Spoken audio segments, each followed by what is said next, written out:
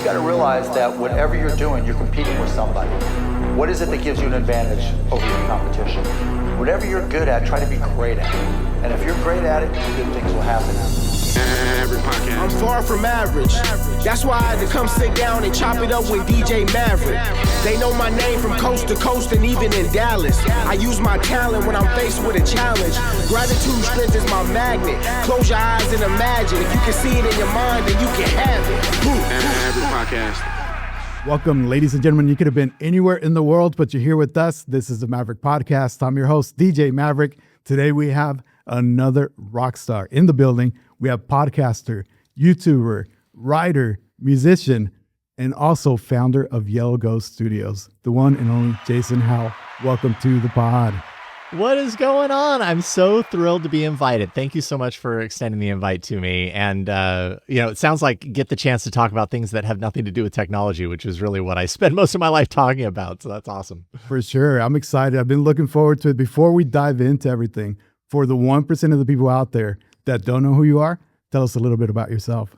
Yeah, sure. I am content creator is the word that gets thrown around all the time, right? Like, but at the end of the day, like you said, I'm doing podcasts. I've been doing podcasts for 20 years. I did podcasts for the company CNET for a number of years back when like podcast was still a new word. You know, they were still trying to figure out like, what the heck do we call these things? Yeah. And so started doing podcasts back then. Ended up moving over to the Twit podcast network with Leo Laporte. There's a This Week in Tech podcast network. It's all technology related content essentially. And worked there for about 13 years and got laid off like a year and a half ago, right about the time I was planning on going independent anyways. And so it was like, all right, well, let's see how this goes. After 20 years of podcasting for other people, I'll do it for myself. So yeah, podcaster. Also have a YouTube channel. Just search for Jason Howell, trying to do all the things. And now I've started writing for ZDNet and for Digital Trends and doing the writing for the page thing, which is very new to me, but also a cool challenge as well to learn. And then music on the side when I find it. That's incredible. You were telling me this is like your 10th podcast of the week or something before we got started. That's exactly it.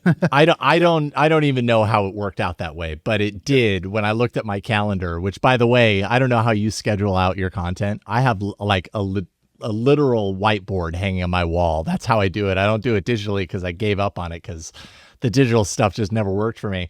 But I looked up here earlier in the week and I looked at this week's kind of layout and I was like, how did I do this to myself? Yeah. But wow.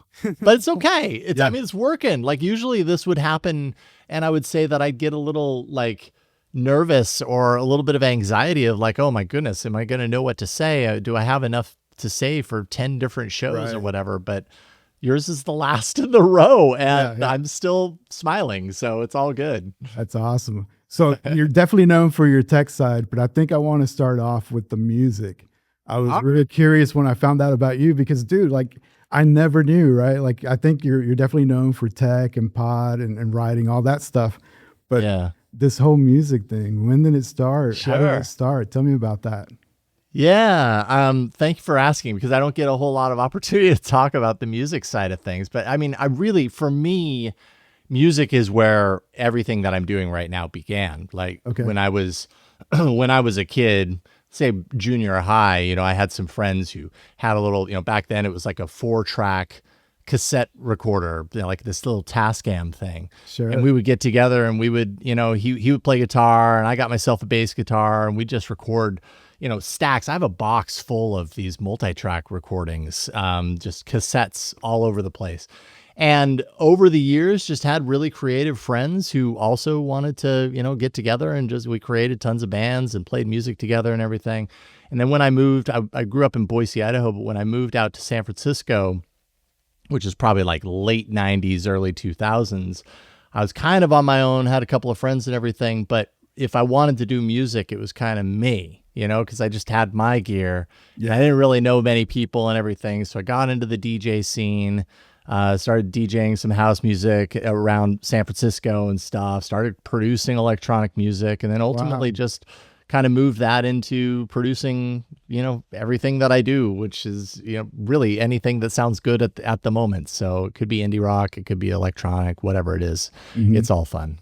So early days, the bands, what type of bands are we talking about? I know now you're kind of like rock, kind of folk, and even probably some shoegaze. I don't know, you tell me. Yes, thank you. No, I've absolutely shoegaze. I really connect deeply with that aesthetic. Back in the day, it was punk. It was really punk rock for the most part.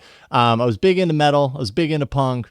Also industrial. So some of the electronic stuff that I'm doing now had, early introduction. Back in like high school, my friend and I got this in Sonic Mirage digital sampler, which just sounds like garbage now, but it's kind of endearing. Yeah. And it took like these 3.25-inch floppy disks and could hardly store any audio information, but we got a little sequencer, and we were like, what can we do with this? And created some industrial, horrible sounding industrial music back in the time. But it's just, here's what I find so fascinating about music is that back then, and earlier than that, but that was my experience, back then, you had to know so much about what gear does what. You had to figure out, and learn the language of MIDI and know how to dive into settings and synchronize all these pieces of gear. And you had to have a lot of money because gear was expensive. And now, like, if you have a computer, you have what you need. Like, it has been democratized to the point to where anyone can record and write music. And I would say if you have a little bit of knowledge about what you're doing, you can really produce some incredible sounding music nowadays with tools. It's just like the bar has dropped for entry so low that anyone can do it. And some people might look at that and be like, oh, well, that just means low quality stuff, but I love it. Like, I think it just means that everybody gets to enjoy a piece of the pie and gets to discover what it means for them to write music and to create music and have this thing that at the end of all that hard work, you're like, I made this. And if no one else likes it, that's fine. I can listen to it and it can remind me of a time in my life when I wrote it, or it can remind me of the process of what it took to make that, or whatever it is. I love it. Yeah, 1000%. You mentioned DJing. I don't know if you entered DJing back in the CDJ days, or did you vinyl days? Because even that vinyl. was expensive. Like buying all the vinyl, like, turntables, mixer, all the hardware, right? So tell me about 100%. that. DJing, I'm definitely curious about that. Oh yeah. I mean, this was late 90s. So like 99, I think I got my first Technics turntable. Okay. And then I quickly got another one after one, because like, what good is one when you could have two and a mixer with it? And my friends and I at the time were getting into kind of the local scene. We had just moved out to San Francisco from Boise, Idaho, and there was quite a scene in the Bay Area, and it was exciting, and so it was like, well, I can do that, and got a mixer and a couple of Technics turntables, and had a really awesome like house music record store right down the street from where I lived in a neighborhood called the Western Addition. It was like 2 blocks away, and I just spent so much time in their record shopping, just grabbing a stack. Oh man, it was so much fun, but expensive, like you said. Yeah, carrying out the milk crates too. I mean, we're talking totally, man, night and day. Like you were mentioning, now if you had a laptop, a lot of DJs now are streaming, so you've got like the entire catalog out there, whatever song, whatever you want to do, and even stems. I don't know if you played around with any of the DJ programs now, but you've got stems where you can just drop out the vocals, keep the bass line from this other track, and it's like you're like producing live for the crowd. It's pretty cool.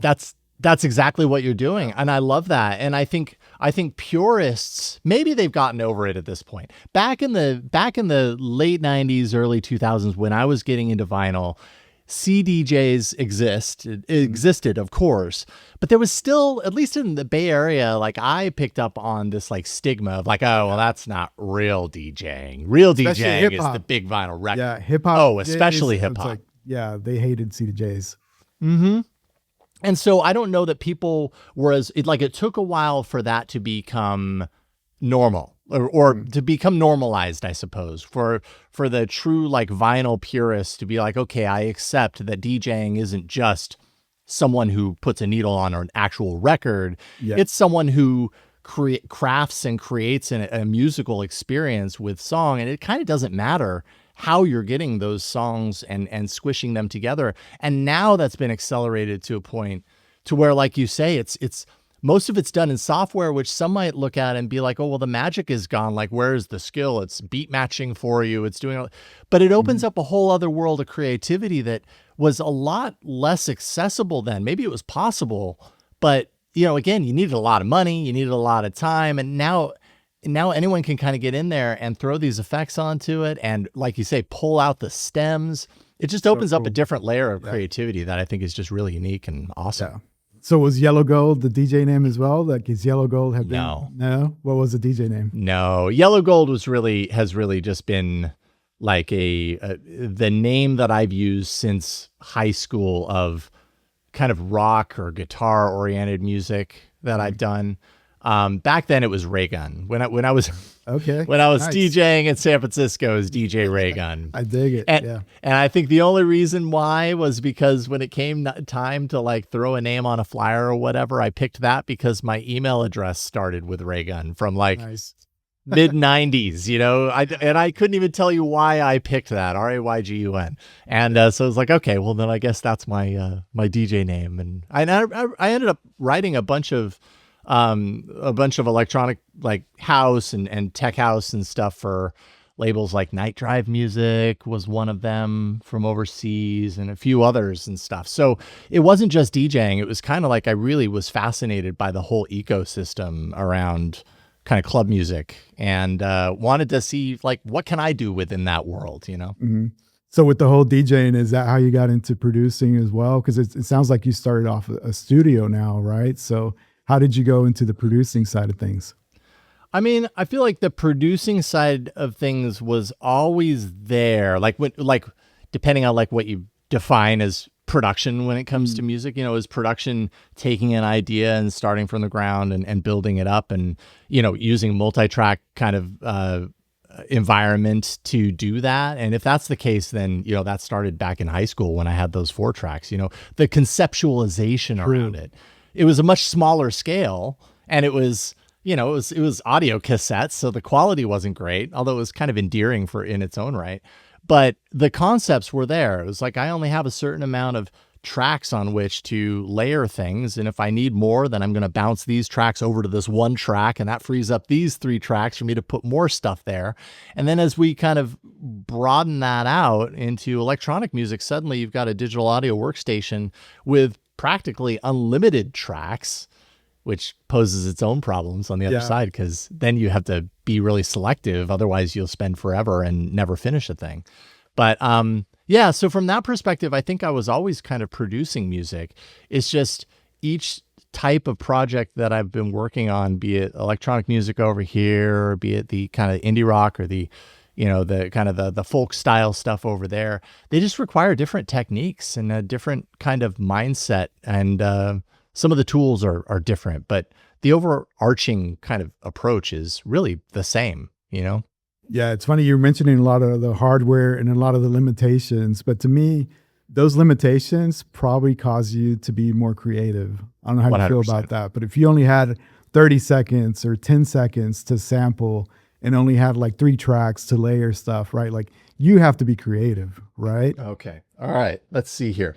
Do I have this accessible? You have it there in the studio? No. Okay. Hold on one second. I'm going to. Okay.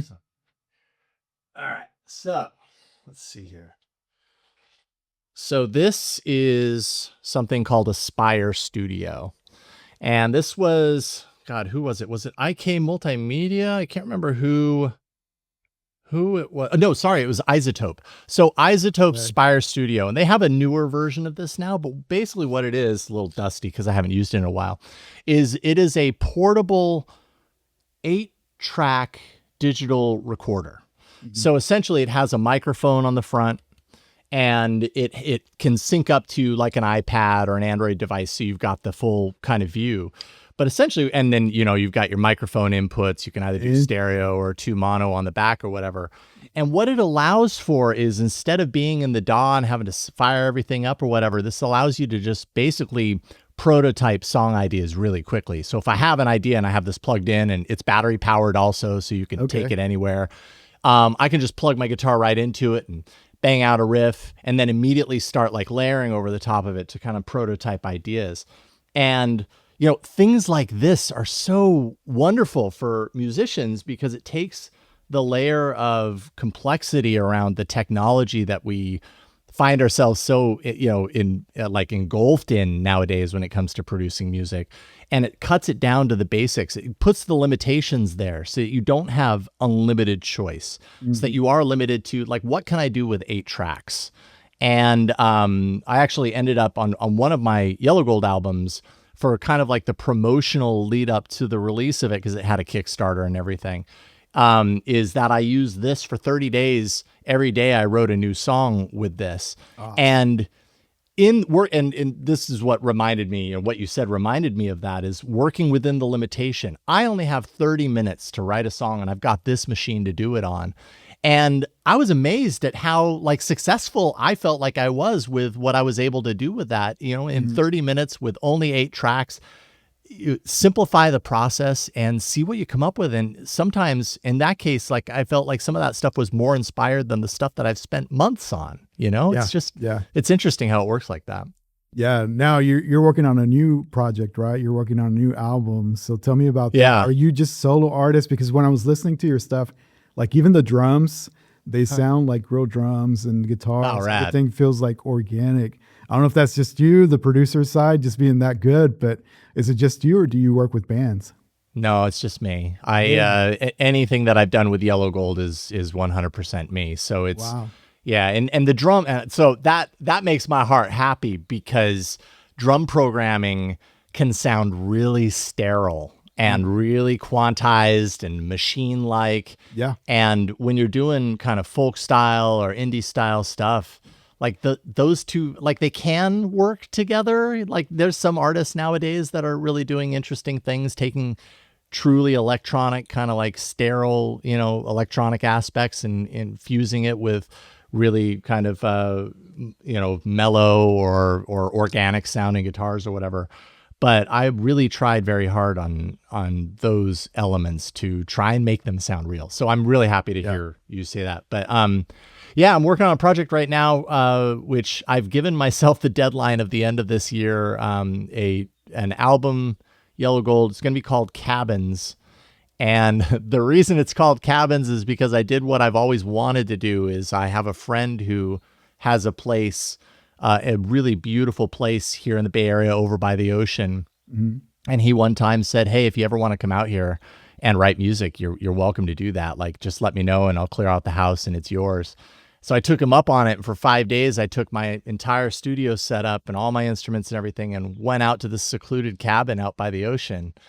And I was like, all right, what happens if it's just me in a house for 5 days? Mm-hmm. And I wrote I think some really great songs. And the majority of the music on the album is stuff that was either recorded there or conceived there and then, kind of tweaked later and everything. And I'd say I have it at about 90%, and I keep dragging my feet on the final 10. And I just needed to set a deadline and say, this has to be done by the end of the year. And I bet, even if I don't feel like it's fully done, I bet it's good enough. So I just have to move on.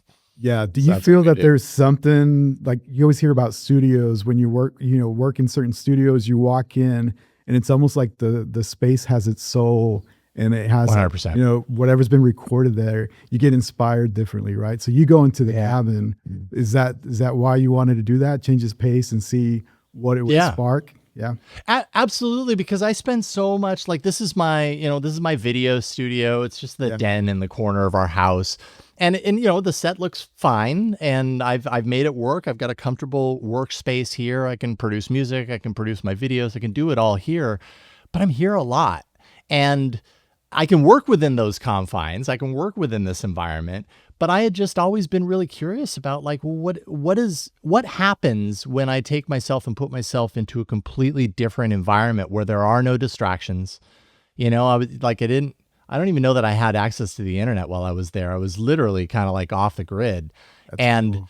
I had 5 days of nothing but me, a bunch of food that I brought and all of my gear to just, and I'd wake up in the morning and I'd look out the big kind of bay windows at the front of the house. And there's a deer right on the other side of the window, snacking on some grass and stuff. And I'm just it gives me goosebumps thinking about it right now because it was so inspiring. It put my not just my mind, but my soul in a new environment, in a new space to get in, to see what happens when that happens. And I had no objectives other than to work on music. And I really want to do that again, because it was really comforting and rewarding. But I think the only way that I can do that again is if I release, and not just the album, but release the project, like let go of it and be like, you know what? I'm done with that. I'm happy and proud with it. Now it's time to move on to the next thing. The only way I can move on to the next thing is to release the last thing. And so that's where I'm at right now. Yeah, I can definitely tell you're super passionate about music. I mean, when I was driving over here to record the pod, I was checking out your stuff, and I think the song is called Lonely Nights. And that's the one where the drums stood out to me. I mean, they sound like so organic and so rich. It wasn't like, something that was, super synchronized, something that you would expect coming out of something electronic. So definitely a fan of that. I also noticed that you experiment a lot with effects on your vocals, and then also effects on guitars and stuff like that. Is that some of the shoegaze influences that come across there, or why do you do that? Yeah, there might be a part of that that's a little bit of insecurity in my voice. It's easier to feel comfortable with your voice. Cool. Stack a lot of effects on it.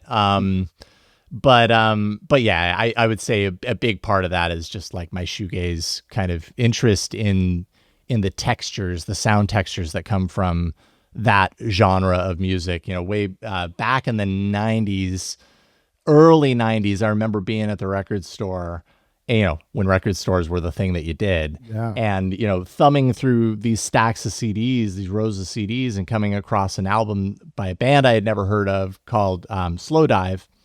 And, the album cover was for an album called Souvlaki Space Station. It was very, very simple, understated black album cover with just the 4 band members in a little box in the center, black and white, with these really nice red accents and everything. There was something visual about it that I knew nothing about anything that I was looking at. I'd never heard of them. I don't even think that it was like in a section that was like shoegaze section. It was just in a row of CDs, and something about that album stood out to me. And I decided in that moment that I was just going to take a chance. I was like, this looks like it's probably a really great album. I'm just going to buy it and we'll see what happens.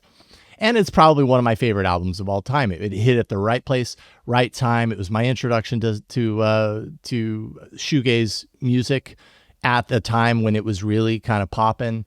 And man, I just think about like the kind of coincidence or the luck that was involved in that moment, because it really impacted me from a creative standpoint. So much of what I do kind of is done through that lens, is done through that kind of syrupy, kind of washy, dreamlike kind of approach. I love it. I love it. Yeah. It speaks to me is what it does. I have yet to put the puzzle pieces together of how you went from music to tech. So tell me, how did you gravitate to being a tech guy all of a sudden? Because, just talking music, I would have figured that you would just pursue that for a career for the rest of your life.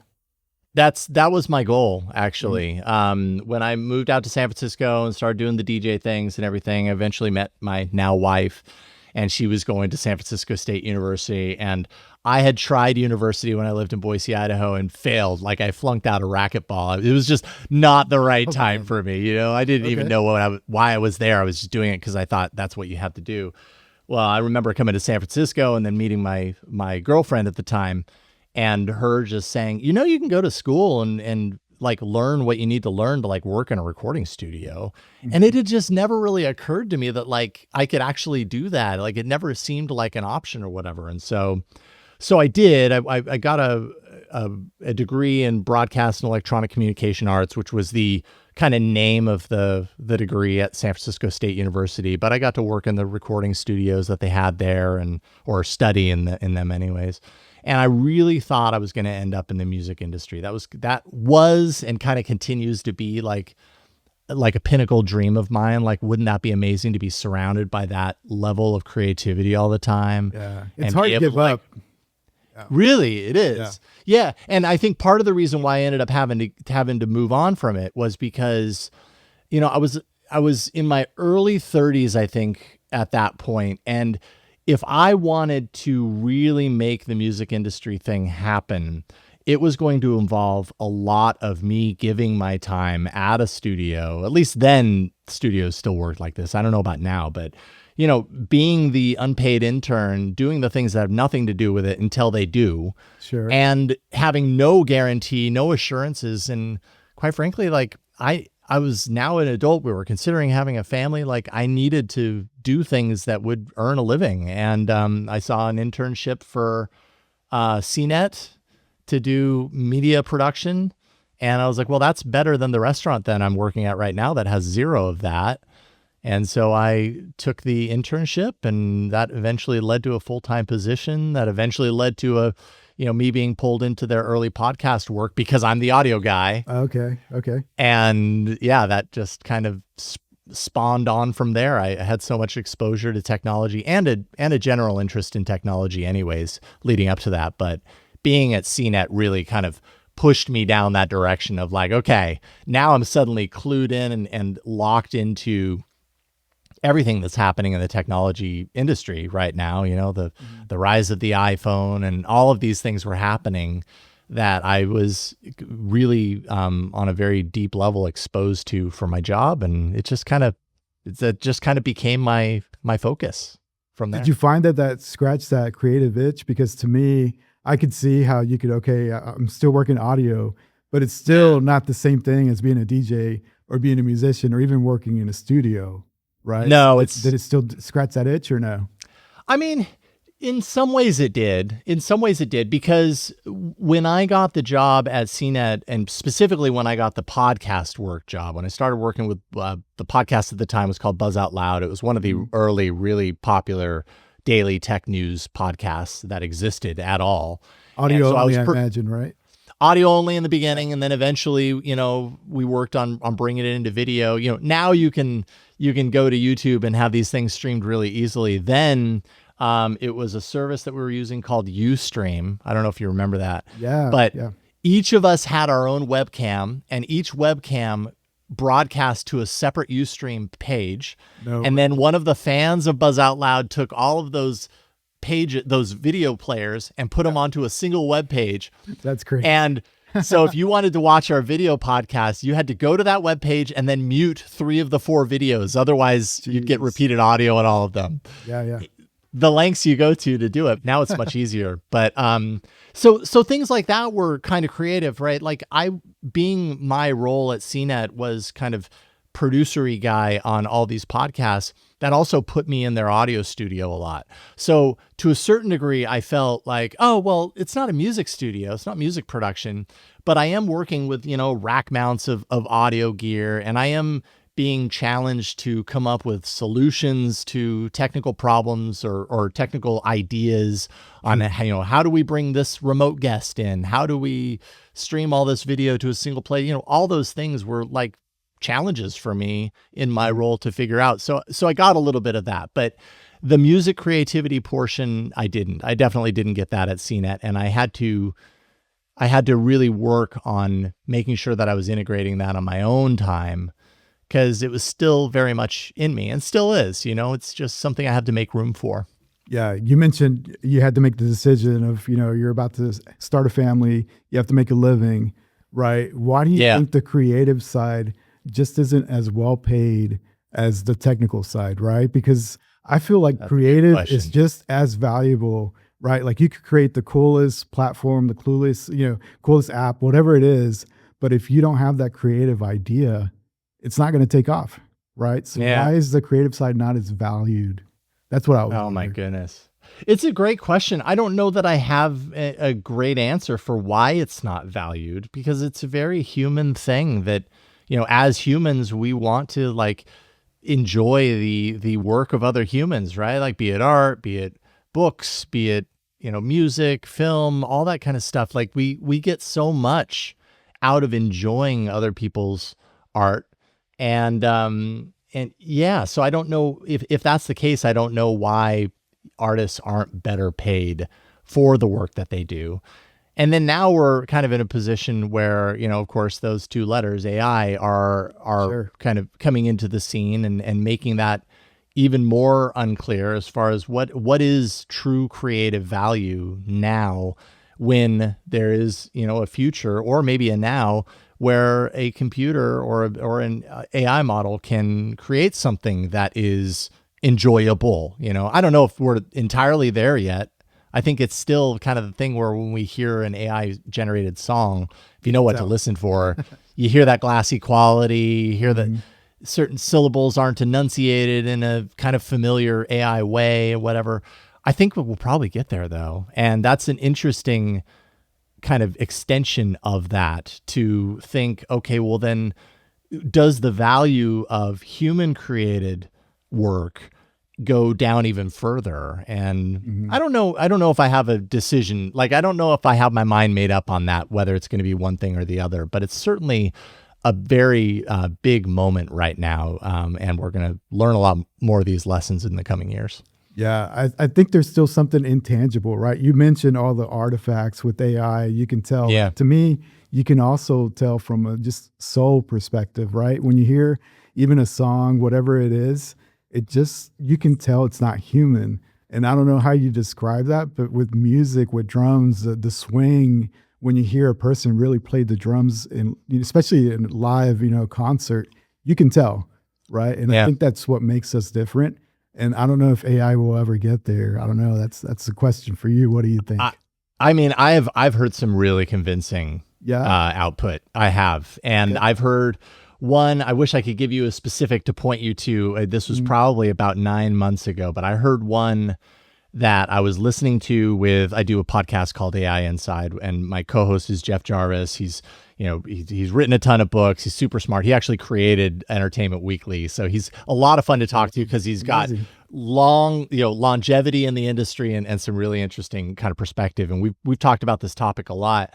And this particular sample was like this soulful female singer over, lots of organic, like piano and drums and everything. Now I'm telling you, if I didn't know where I got that, I would have been really, really scratching my head, because I was like, whoa, there's soul in that. And I can't believe I'm saying that. But, if I didn't know, I might not know. And so I think that possibly we do get there.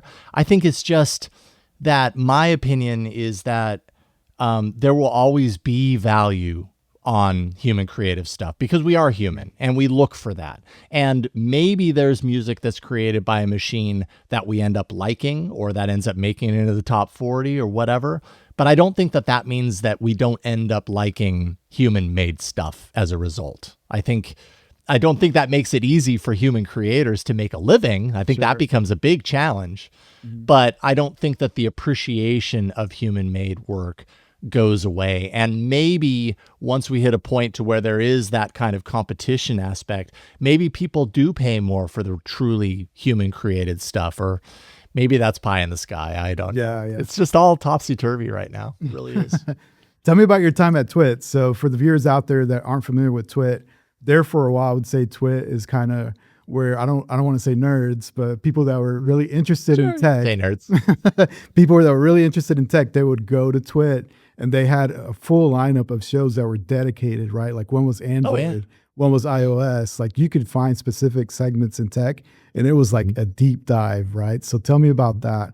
Did you enjoy it? Were you like geeking out about all the tech that you got to talk about and research there? Yeah. Or is that like? Oh, no, it was really cool. It was actually really neat, because when I was working at CNET and got brought over to Twit, it was just a really cool experience, because the guy that I started doing podcast work with at CNET was the one that got hired by Twit, because he had worked with the owner of Twit, is Leo Laporte, who, is kind of famous in his own right. He had a cable network called Tech TV that he was like the main face of. And so a lot of people knew him from that. He pulled my friend Tom Merritt over there to do a show. And then eventually Tom was like, well, we got to get Jason, because he produced my stuff at CNET. And so he pulled me into the Twit fold. And yeah, so Twit's an independent company. It's not, owned by CBS like CNET, was, or anything like that. But their entire mission, their entire goal was to create podcast content for technology nerds and people who love technology. And You so said it, not me, by the way. yeah, it's okay. I was careful about using the nerd word, but I go ahead and embody the nerd thing. It's true. I like technology a lot more than a lot of other people do. And if that makes me a nerd, like, that's fine. I'm old enough now. I guess it doesn't bother me, but it was a playground. It really, at the end of the day, it was kind of a playground, because it was like, what are you really interested in? Oh, Android? Okay, cool. Fire off an Android show. And we made all about Android, and that ended up doing really, really well. We had, a show called The New Screensavers, which Screensavers was a show that existed on the Tech TV cable network and was one of their big shows. Now we had it on the Twit network, and that kind of gave us the freedom to, like, if I could, I'd tilt the camera and show you a MAME cabinet, like a hardware MAME gaming cabinet that we built on the show that I ended up getting to keep. And, just all these really kind of geeky projects that technology fans, people who love technology enough to spend most of their spare time listening to podcasts where people talk about it, right? So that's a very specific niche and group of people. But it was a place where people like that could find each other and, just dive into all of the complexities of technology. And yeah, it was a blast. We got to do so many fun projects, and, like, receiving products like, hey, can you review this? And so now I have this amazing smartphone that I get to review, and cool. Things like that I think over time you start taking it for granted. I had a podcast episode with, I'm not sure if you're familiar with Michael Fisher. He's Mr. Mobile on YouTube. He's got 1 point some odd million subscribers or whatever. So he's definitely has his fan base. And I had a conversation with him on one of my podcasts about this. And he's like, if people only knew that, like, when I get that package from that company with product in it, people see that from the outside and they think, oh, you're so lucky to get the technology. Right. Like, I wish to blah, blah, blah. And he's like, if people only knew that when I looked at that box, what I see is work. Yeah. And so it kind of changes your perspective. But still, as a technology fan, it's amazing to get, I feel grateful that I get to spend so much of my time talking about this and experiencing technologies that people haven't seen yet. It's pretty awesome. Yeah. You mentioned that you unfortunately had to go through a layoff, right? Do you think that was driven by just changing technology? Now you don't have to build out a whole studio. I mean, your production quality there where you're at is incredible, right? Twit built out this huge studio and they have like legit production, camera people, all kinds of stuff, right? Do you think that kind of changed? Is that what drove that decision, or what do you think? I know that it was part of it. I mean, when Twit started, again, 2005, early days of podcast, podcasting was just record an audio file. And then at a certain point, because Leo was has his history with the cable network and kind of like the kind of official legitimate studio kind of approach for content creation, that became his model for the podcast network. And so we ended up building a number of studios, and I mean, they were multi-million-dollar studios with, they were essentially TV studios, but for podcasting. And yeah, at a certain point, I mean, the last 10 years and especially the pandemic really changed things. We've realized how unnecessary that big build out really is. Doing this, like, it's awesome if we can get in the same room. I would love to be there with you in the same room, because there's an energy, we were talking about kind of energy and vibe earlier, and there's definitely that when you've got someone sitting in the room right next to you, and it changes the kind of impact of that conversation and everything. That would be great, but it's not essential anymore. Now we can do a lot of this online. The quality really doesn't suffer that much. Maybe some of the connection does, but is it enough to really move the needle in the negative direction? I don't know. I think we're finding out more and more that, it doesn't always necessarily. Sometimes it does, sometimes it doesn't. And so, yeah, I'm pretty positive that was a big part of it. I think the monetization of podcasting has shifted in the last handful of years, and that had an impact on Twit, and they had to make some cuts. And I don't take it personally. I worked there for 13 years. It was a wonderful time. They were incredibly awesome to me and to my family, you know, as far as the amount of work that I did and all that. I learned so much. They were the ones that really put me in front of the camera 100%, you know, as my full-time job. Okay. Prior to that, I was kind of a little mix of behind and in front. So I have so much to, you know, be grateful for from my experience there. So when they let me go, I wasn't too upset by it. Like, I knew it would be challenging, but I also kind of already had it in my mind that I wanted to go independent anyways. So it was kind of the kick in the pants that I needed to just do what I thought I wanted to do. Yeah, let's talk about that, because I think that's a pivotal moment, right? So you get laid off and you could, you know, easily probably go work at another tech, you know, podcast or be a writer or whatever, but you decided, I'm going to double down and bet on myself, right? Sure. So Yeah. why did you decide to do that? And then all in, it sounds like YouTube, right? So I'm sure your family probably gave you some feedback. Were they receptive to that? Or they're like, hey, Jason, Oh, yeah. I don't know about this. Tell me about that. Because that's a pivotal moment. It is. Well, yeah. I mean, anytime you take the step off the ledge and you say, I'm going to start a business, which is essentially what I've done, you know, it's podcasting and it's content creation. It's also a business. And in order for it to succeed, I need to make a living, right? I need to be able to contribute to my family. My family has been incredibly supportive. I have an amazing wife who I'm, you know, been married to for a very long time at this point. She's an independent. You know, she owns her own business. She's been through that for well more than a decade. So she's been just a huge supporter and cheerleader for everything that I'm doing. Cause she's like, you know, of all people, I know that you can do this. And, you know, the last year and a half has been a real challenge. When I look at last calendar year, 2024, you know, that was my first year of being independent. And I made not very much money at all. I mean, I'm amazed that we made it to the end of the year and that I could have made as little as I did and that we were still okay. And I think that's a testament to the support that I got from my wife and the fact that her business is doing really well. And so that helps, you know, that I'm grateful for that. And then I kind of hit the end of last year and really kind of analyzed what I was doing, what I had been doing for the year. And just kind of made a decision to where I was like, all right, this last year has been throwing spaghetti at the wall and just hoping something sticks. And hope is not a really good business strategy. No. And I think in my head, I thought I've been doing this for 20 years. If I just continue doing what I've done for other people, then I will make a living for myself. And there's a piece of that.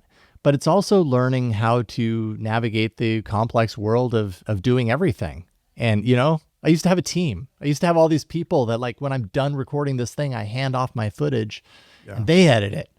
And it gets up whenever they decide it gets up or marketing or whatever. And, you know, sorry, excuse me. As an independent, you kind of have to do it all. And as an independent business, it's important that you do it all, that you don't miss these things. And so I had to really make that decision and make some changes for this year. And that involved me reaching out to a lot of my contacts in the journalism space that I built up over the last 20 years to say, hey, you know, I've got a lot of experience in tech, but I've not really written any articles about technology. I've done a lot of podcasting, but they're different beasts. But if you're willing to take me on, like, I'm willing to learn with you guys on how to do that. And fortunately, I've had some really great people in the industry say, heck yeah, let's do this. So that's what I'm doing. And that's really, really helped. It's actually really complimentary too, because it's like when I write about a thing, like if I'm reviewing, God, I've got so many phones on the desk here right now, but if I'm reviewing the Nothing Phone 3A, which I am right now, doing a written review of this for ZDNet, that fuels the information that I need in order to record a video version of it for my YouTube channel. You know, it's like, how can I take the work that I do here and make it work for me in multiple different directions, multiple streams of income? And that's what I've really been focusing on. And so far it's working. So what would be your advice? Because I have to be honest, I haven't figured out that piece of it, right? Like, I would love to be able to do this all in and be able to monetize this, right? Everybody talks about YouTube monetization. And to be honest, at first it doesn't add up to much, right? So you have multiple streams of income. What are those puzzle pieces, or what is the strategy to be able to do the thing that you love and just, like, this is cool, like the connections and you're definitely a professional, you're well-versed in technology, but at the end of the day, it's a business. How do you make money doing this? Man, it's really hard. I'm still learning it. I mean, to be completely honest, I am. I am fortunate for the fact that when I was done at Twit, when they laid me off, I had a foundation of a fan base. I had people who've been following me for almost 20 years at this point. And so that enabled me to kind of, at the very baseline level, launch a few podcasts, launch a few projects, and say, if you want to support me, this is how you do it. Like, this is how you ensure that I continue doing what I'm doing. And it wasn't enough to live off of, but it was a great foundation to start off with. And it showed me that people cared, which is really nice. Like, I think you would agree, when it comes to this type of content, your community is everything. If you don't have community, you have nothing. They are your biggest cheerleaders. They are your best idea generators, the collaborators, whatever you want to call them. And so for me, the strategy has long been, and especially now that I'm independent, has been tapping into that community and really just making them a part of the puzzle piece. Because if they're not, then I am just sitting in a room alone guessing, making guesses. So it was the Patreons. I have 2 Patreons, one for kind of like my YouTube and general kind of support for what I'm doing. And then I have one for my podcast, AI Inside. And then we have one for another podcast, but that's split amongst 3 other people, called Android Faithful. And then from there, it's just been like, what else, over time, it's just been figuring out like what other opportunities kind of come up. With YouTube, I got the channel to a point where I could monetize it, at least AdSense monetize it.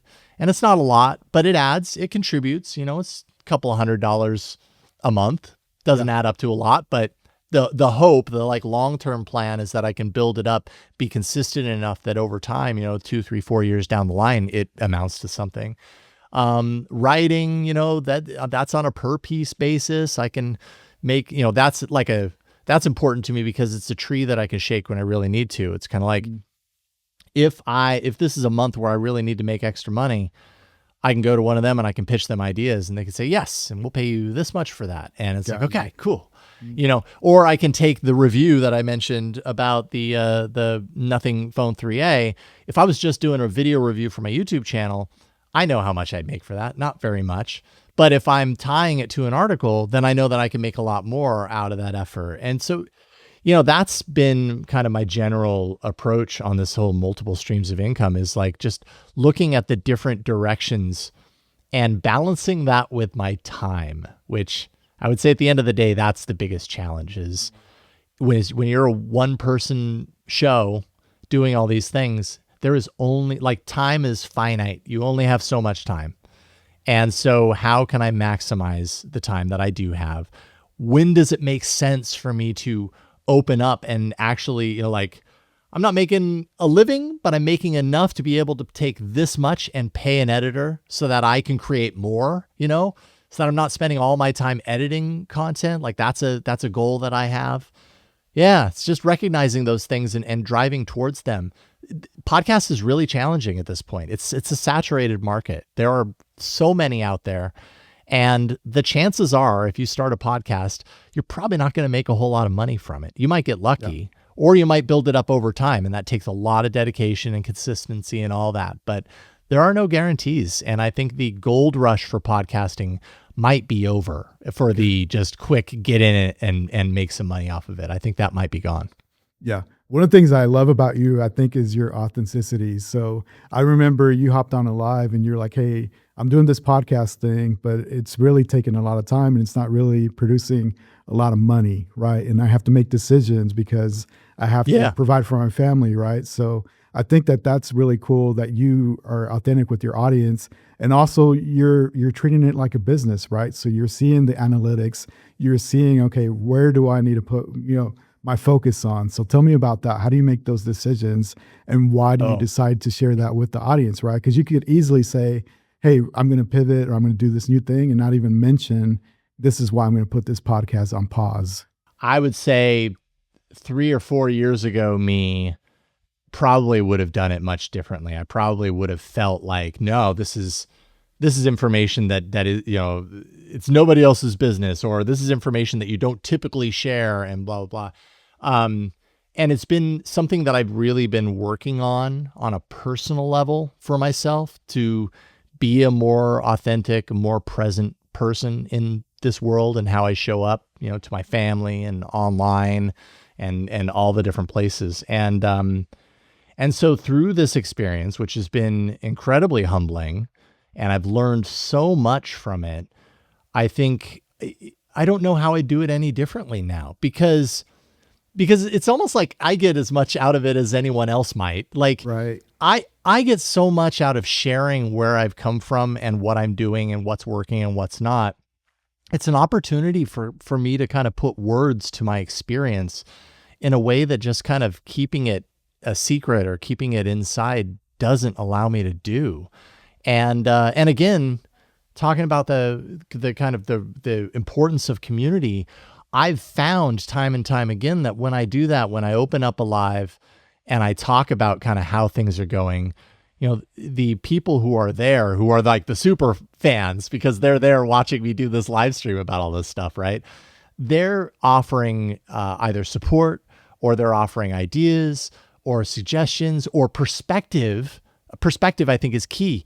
I could think that I know what people need and want to That's see true. and everything. That's true. But I don't know that for sure. I'm making guesses. And after 20 years, I'm making calculated guesses, I feel. But I never know for certain until I hear from people. And, like I had someone, this is a really good example of it.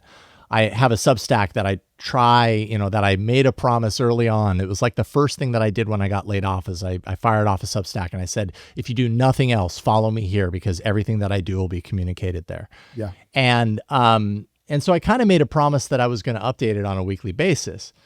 And then I realized recently that I start off the Substack almost every post with like, I've been so busy. I'm so sorry I haven't updated. It's been a while, blah, blah, blah. And I finally got a comment from someone who's like, you know what? Stop apologizing. We support you no matter what. You are apologizing for you and not us, and you don't need to do that.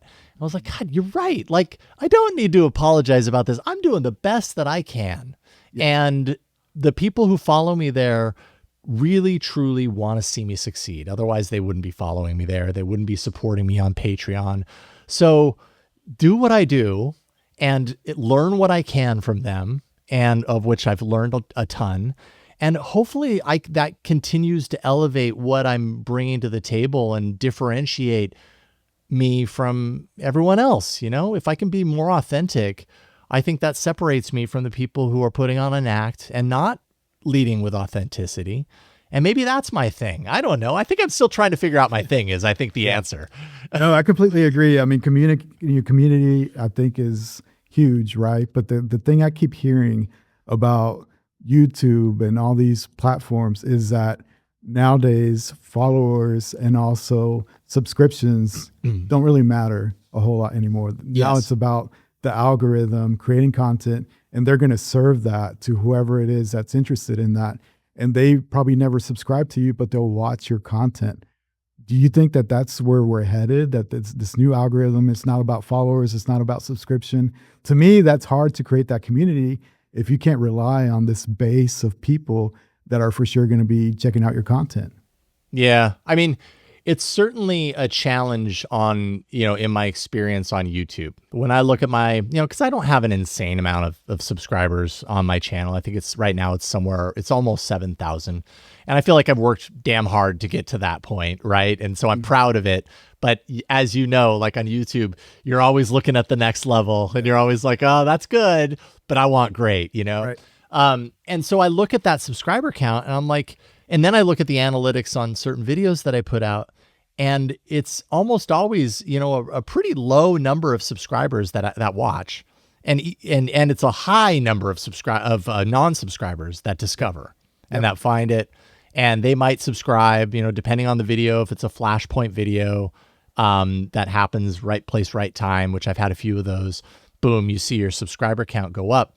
But that doesn't necessarily mean when that subscriber count goes up that suddenly your videos are getting that many more views because of it, and I think just at the end of the day, it really is about, what is the quality of the video itself. Subscriber count's a nice kind of baseline metric to look at and get a sense of like, well, I've motivated enough of these people to say they like what I'm doing enough to subscribe to me. But how does that translate to what I'm creating? And does that have value in and of itself? They're kind of divorced from each other at this point. It feels like. I could be wrong, but that's the experience that I get from it. No, I totally agree. I would say probably 90% or more of the views that I get come from people that aren't subscribed, which is kind of crazy. And I think that happens on TikTok too. It doesn't really matter, how many followers you have or, what you're doing. It's like one particular TikTok might just go viral and it gets served to everybody, even if they don't follow you, right? So I guess that's where we're headed. I don't know how we reverse engineer that to figure out, okay, how do I get my content to the right people? I mean, I think people would just say, create better content. It's like, okay. Yeah. You know what I mean? And that's a hard one because it's like, well, I think I am. Right. That's been my goal all along, is to create better content. So how so? Like totally tying into this. I just got back from Barcelona a couple of weeks ago. I was at Mobile World Congress, which is a mobile convention, a convention kind of like the Consumer Electronics Show in Las Vegas every January. But this happens in Barcelona every year. And it's very, as the name implies, very mobile phone focused, or mobility and all the technologies related to that. And while I was there, I had my little Osmo Pocket 3. That thing is so cool, by the way. I love mine. Like, and that's another thing I want to talk about. I think that now production quality is mattering less and less, right? I think now everybody's like, just as long as you're creating something that people can gravitate towards, they can identify with. Yeah, I don't think like you have to have this crazy setup all of a sudden. 100%. When I fired off the studio, when I got laid off, my immediate reaction was to buy, I don't know, $3,000 worth of gear, because I thought I needed to, because my model was Twit Studio, CNET Studio. You're like, I need a TriCaster. I need all kinds of. I need this. I need that. Yeah, and I bought so many things. And don't get me wrong, the camera that I'm using right now, it's a Lumix GH5. It's a great quality camera. It looks great. I'm happy that I have this in the studio. But did I need to? No, I didn't need to. Yeah. And at this point, it's in the past, but whatever. The Osmo Pocket 3, is kind of a really great run and gun solution. I have it with a whole setup here because sometimes I mount a phone here that has notes. I saw you were doing interviews with it and just running around, and it's so easy, right, to create content that way. Super easy. You can just like flop it around and put it in place and whatever. The reason I bring it up is because while I was at Mobile World Congress, on day one, I ended up finding this phone called the Techno Spark Slim at this booth. And it's a company, Techno's a smartphone brand that's, I think, big in like the African market. And a few other, markets overseas, definitely not here in the United States. But the Spark Slim is like, tapping into the slim smartphone trend. It was very thin and really sleek looking and everything. And so I plunk the Osmo Pocket 3 up and I just, put on the wide angle lens and I hit record. And in 60 seconds, I do this like vertical, like, this is the Spark Slim, blah, blah, blah, blah. And it takes off. It's my first content to pass 1 million. I've never had that before. Wow, and on Instagram of all places, a platform that I've never focused much time on. And the reason that I even bring this up at all is because in one video, it just shows the power of a single video. That video right now is at 1.4 million. And in one video, my follower count on Instagram jumped from 1,000 to I think now it's about 5,500. Jeez. And it shows you the what the impact can be from a single video that does well. But like that doesn't mean that the following videos that I did much of anything. Like maybe they got a couple of hundred more views than I had been used to, but it doesn't move the needle that much. And so that really ties in with what you're saying is the follower count, the subscriber count. It's easy to look at those and think, man, those things are so important. And I'm not saying that they're completely unimportant. They're just a piece of the puzzle. They're one piece of a puzzle of many indicators and many influencing, factors on how this stuff is seen by more people or engaged upon, I guess, for the people that do. Yeah. No, I completely agree. It's going to be interesting to see how we can reverse engineer that, because I definitely want to get the message and my content to the right people. So we'll see. But maybe, like you said, I'm just thinking it. And maybe I just need more at bats to just create videos. And then some of those will take off, some of those won't. But just learn to let go, right? I think sometimes we overthink the quality in the video, and it has to be perfect, right? But it doesn't. I mean, that video was about as low rent as I could possibly go. Like it was, and I've watched it time and time again, because I'm like, okay, what is it about this that caught people, right? Like I've got a case study, and it was timely. Like it was day one of Mobile World Congress, so people were, looking for that type of content. It was tapping into a trend, the slim phone trend. But my wife pointed out, and I think she's dead on, is that when I set up the camera with the wide angle lens, where I positioned the camera was right next to this, those huge walls of LEDs. Sure. That, if you back up, you see the whole image, but if you're close to it, it's just dots. I was right next to that. The camera was right next to that. So the whole, left side of the camera was flanked by that, is this like long dimensional, colorful panel of lights, and I'm standing next to it. So throughout the 60 seconds, I'm showing off this stuff. That screen is showing, you can't tell what, because you're too close to it, but it's just all of this like the perfect color. It's this color that's moving, and it's casting on me, so my color is changing. It's just really interesting to look at. And so even if you don't care about the technology, it's just kind of like an interesting shot. And so I've come home from that experience thinking like, okay, well, what can I do with that now? Like, I'm not going to always have a screen next to me, but does that imply that maybe videos where I'm sitting in front of a camera in my studio are sometimes going to do fine because what I'm talking about is important, but maybe they're just not that appealing to look at. And that's important to certain people on platforms like Instagram. And so maybe I go out to, I don't know, some random, interesting scene or space here in Petaluma where I live, and maybe I do the video there, and inexplicably so. Like I don't tell anyone I'm here at a corn mill because I'm reviewing the phone, but I'm just reviewing the phone in front of a corn mill, or I don't know. Like there's something to be said. I think you should definitely experiment with that for sure, especially with the Osmo.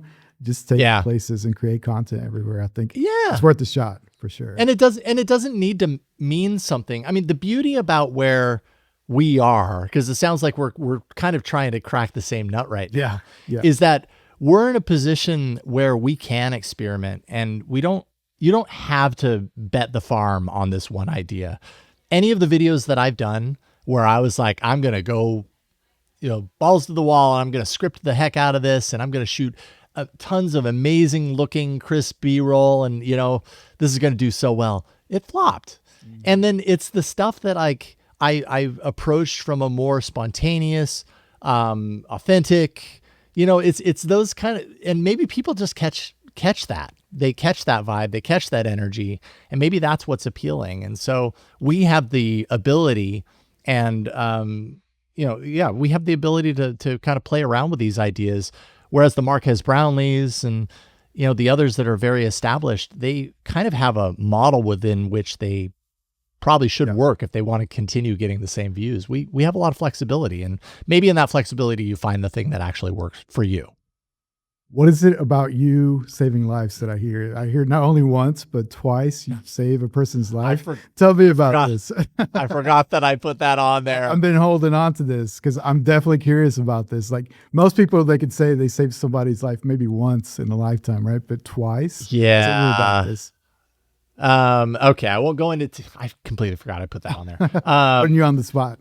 Yeah. So the first time I was driving up the coastline of San Francisco, with my friends. We had moved to San Francisco, probably lived there about a year, and the coastline of San Francisco on Highway 1, very rocky, large cliffs down to the water or whatever. And we parked at this kind of turnoff and looked over at the edge of the cliff. And we saw from the other side, like the horizon of the cliff, we saw this hand in the air. No way. Kind of poking out. And we were like, what is going on? And we ran over there, and there was someone who had walked out too far and the gravel slipped out from under them. The dirt slipped out from under them, and they slid down far enough that they were at the edge to where you would fall into the cliff and die. I mean, there was no mistaking, like you would die if you fell off there. And they were holding themselves in place and waving because they wanted to try and catch somebody's attention. And so we ran back to my car and found some jumper cables and tried to do a human chain to get to them with the jumper cables. Weren't quite long enough, enlisted somebody else who pulled up, and we were able to pull them out. And that was a crazy experience, let me tell you. Yeah. I don't know what that person is doing nowadays, but I'd love to talk to them. You know, we kind of took off after that, and that was that. Wow. But yeah, that's crazy. It was, I remember after that, actually, we ended up kind of going to some beach or whatever. And I just remember all of us, it was 3 of us, just sitting there in silence for like 40 minutes, just staring at the ocean. Just like, what just happened?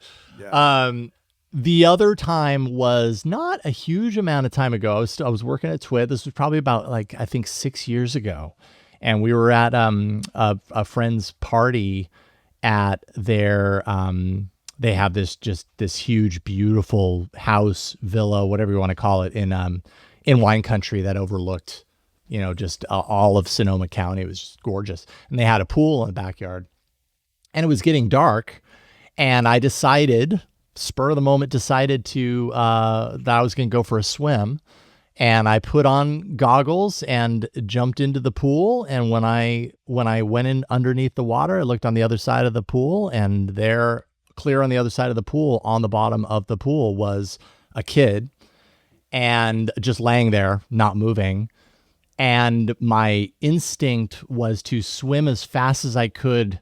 Like, you don't know what you're going to do in that situation, but my instinct was to just swim like straight line to the kid, because in my mind I was like, oh my goodness, is that one of my kids? Because my kids were there, and I couldn't tell from that distance, and got close enough and realized it wasn't. It was my friend's son who was basically laying lifeless on the pool floor, and scooped him up, went to the surface, and just started yelling like, help, help, help, help, help.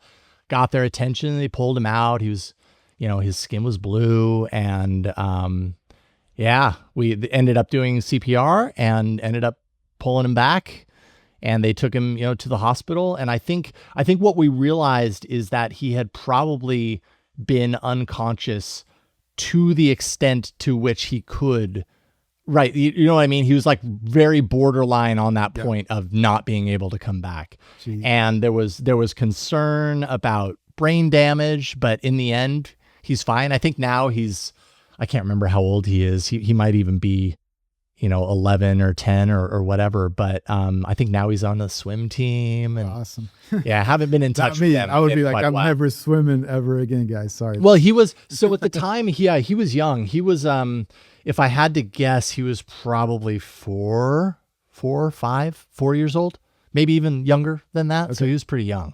So he might not, I wonder how much he actually remembers of it, probably very vaguely remembers. But it was a pretty impactful moment. Actually, after that, I went back to TWiT, and they were really great. They got, they signed everybody at TWiT up for CPR lessons, and we had a whole company CPR experience tied around that. So, wow. Yeah. Amazing. Yeah. I haven't talked about that in a while. Yeah. Thank you for asking. One of the things I always ask my guests, if I pull up your playlist, who am I going to find on your playlist? So don't worry, nobody's watching. It's a safe space. So tell me what's on your playlist current time.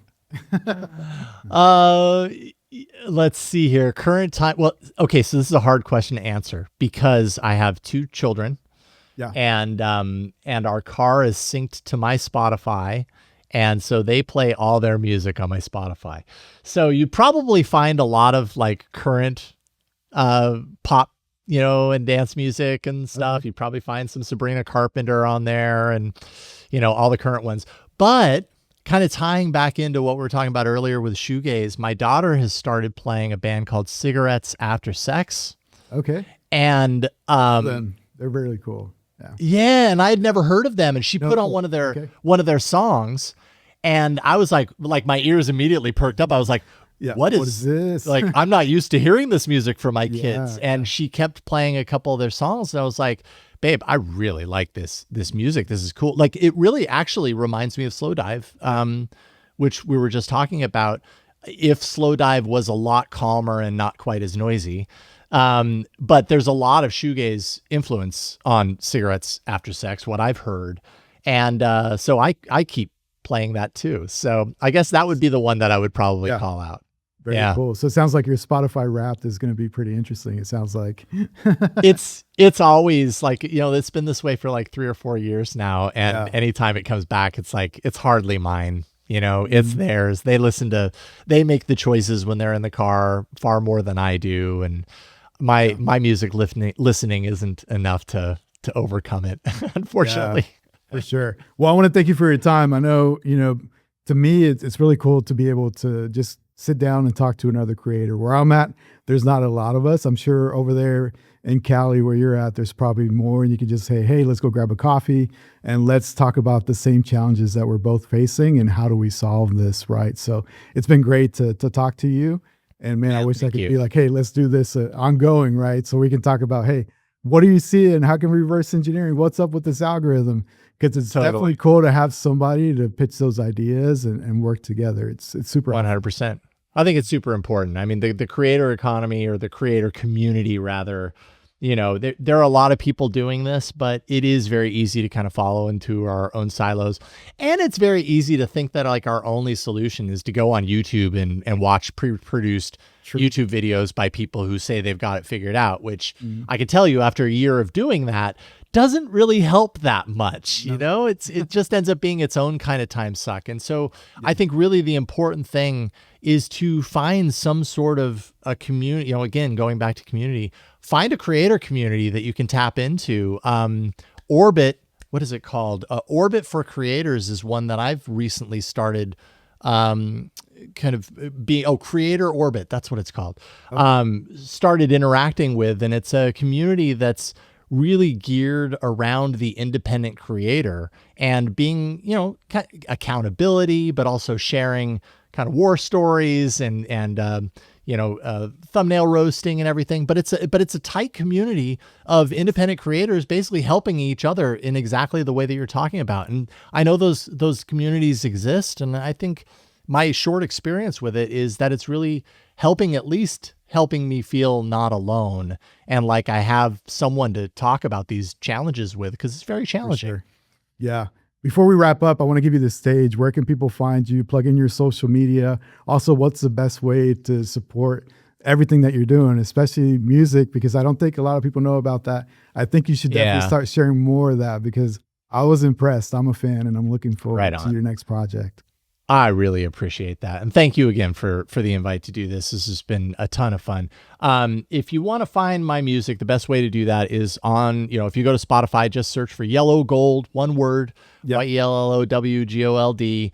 If that might give you, I think there's an artist called Yellowgold Gustaffer Yellowgold or whatever. That's not me.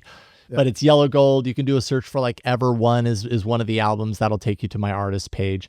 That'll definitely be where the new album lands. It'll be a Yellowgold album called Cabins, and that'll be out by the end of this year, hopefully sooner.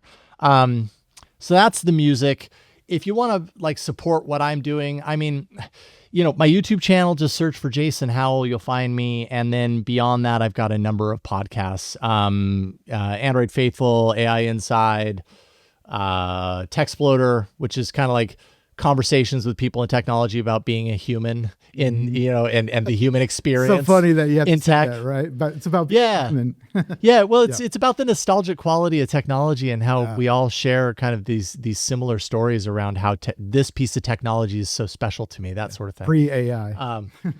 Pre-AI, sure. Although someone came on with an AI thing, I would welcome that too. So.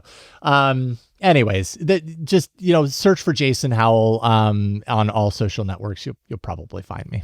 Perfect. I really enjoyed the conversation. Definitely don't be a stranger. You're always welcome. Thank you.